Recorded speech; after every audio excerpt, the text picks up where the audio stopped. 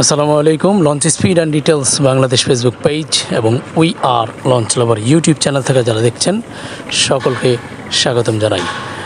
আমরা রয়েছি এখন হাসনাবাদের এদিকে।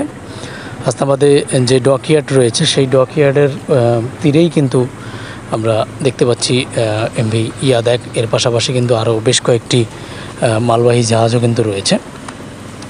তবে একটা বিষয় হচ্ছে যে ইয়াদ এক, আমি কিন্তু আমার একটা ভিডিওতে বলেছিলাম যে একদিন শিডিউল ভিডিওতে বলেছিলাম যে বেতুয়া চরফ্যাশন রুটে যে রোটেশন পদ্ধতি চালু হয়েছে সেটা হচ্ছে সাময়িক সময়ের জন্য। সেই রোটেশন পদ্ধতি কিন্তু শেষ হয়ে গিয়েছে। সেই সাময়িক সময়ের রোটেশনটা কেন ছিল সেটাও কিন্তু আমি আপনাদেরকে বলেছিলাম। সেটা হচ্ছে যে বেতুয়া চরফ্যাশন রুটে অন্য কোনো অপারেটর ঢুকতে চাচ্ছে। তো তারই প্রেক্ষিতে আমরা ইয়াদ এক নৌযানটিকে দেখতে পাচ্ছি। এই নৌযানটিকে উপকূলে চলাচলের উপযোগী করার জন্য নৌযানটির সংস্কার কাজ করানো হচ্ছে।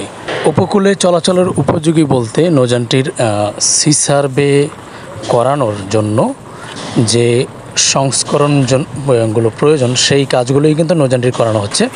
আমরা যদি একটু আপনাদেরকে ভিতরের অংশটা দেখানোর চেষ্টা করি, দেখতে পাচ্ছেন যে ইয়াদ একের যে ইঞ্জিন রুম ছিল সেই ইঞ্জিন রুমটি কিন্তু অলরেডি কিন্তু নতুন করে প্লেট লাগানো হয়েছে, সম্পূর্ণ ঢেকে দেওয়া হয়েছে। ও উপকূলে চলাচলের যে সকল নৌযানগুলো রয়েছে যেমন তারশিপ সিরিজ, কর্ণফুলী বা 12-13, তারপরে বিভিন্ন নৌযান আমরা দেখেছি যে উপকূলে বিশেষ করে যেগুলো চলাচল করে সেই নৌযানগুলোর কিন্তু ইঞ্জিন রুম কিন্তু ঠিক এইরকমই ঢাকা থাকে। তো সেই সংস্কার কাজটাই কিন্তু এমভি ইয়াদাকে করানো হয়েছে। এবং পাশাপাশি যে হ্যাজ রয়েছে দেখতে পাচ্ছেন যে যেখানে মালামাল রাখে নিচে সেই হ্যাজও কিন্তু হ্যাজের মুখ বলতে যেটা বোঝায়, যেটা আমরা উপকূলের নৌযানগুলোতে দেখেছি, সেই হ্যাজও কিন্তু উঁচু করা হচ্ছে, হ্যাজের মুখ দেখতেই পাচ্ছেন। তো এই নৌযানটি বেতুয়া চরফ্যাশন রুটে যুক্ত হবে কি না, উপকূলে চলাচলের জন্য নৌযানটির যে সংস্কার কাজগুলো করানো হচ্ছে সেই সংস্কার কাজগুলো করানোর পরে কি নৌযানটি বেতুয়া চরফ্যাশন রুটে যুক্ত হবে কি না, এমন একটা গুঞ্জন কিন্তু সৃষ্টি এখন পুরোপুরিভাবে হতেই পারে। কারণ আমরা অনেকেই জানি, আমি যেটা বললাম যে ভিডিওতে বলেছি যে বেতুয়া চরফ্যাশন রুটে অন্য কোনো অপারেটর ঢুকতে যাচ্ছে। দেখতে পাচ্ছেন যে এই হ্যাজগুলো কিন্তু এখনও হ্যাজের মুখগুলো কিন্তু বড় করা হয়নি উপকূলের নৌযানগুলোর মতো। এগুলো কিন্তু করানো হবে কিছু, হয়তো বা আগামী 2-1 দিনের মধ্যেই কিন্তু সম্পূর্ণভাবে করানো হয়ে যাবে।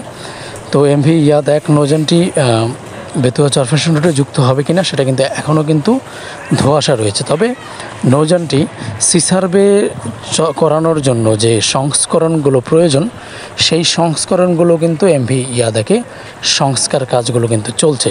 দেখতেই পেলেন যে সম্ভবত এই নৌযানটি হয়তোবা এই সংস্কার কাজগুলো সম্পন্ন করার পরে বিআরডব্লিউটিএ থেকে সি সার্ভে অনুমোদন নিয়ে হয়তোবা ঈদ স্পেশাল ট্রিপে ঢাকা বেতুয়া চরফ্যাশন রুটে যুক্ত হতেও পারে।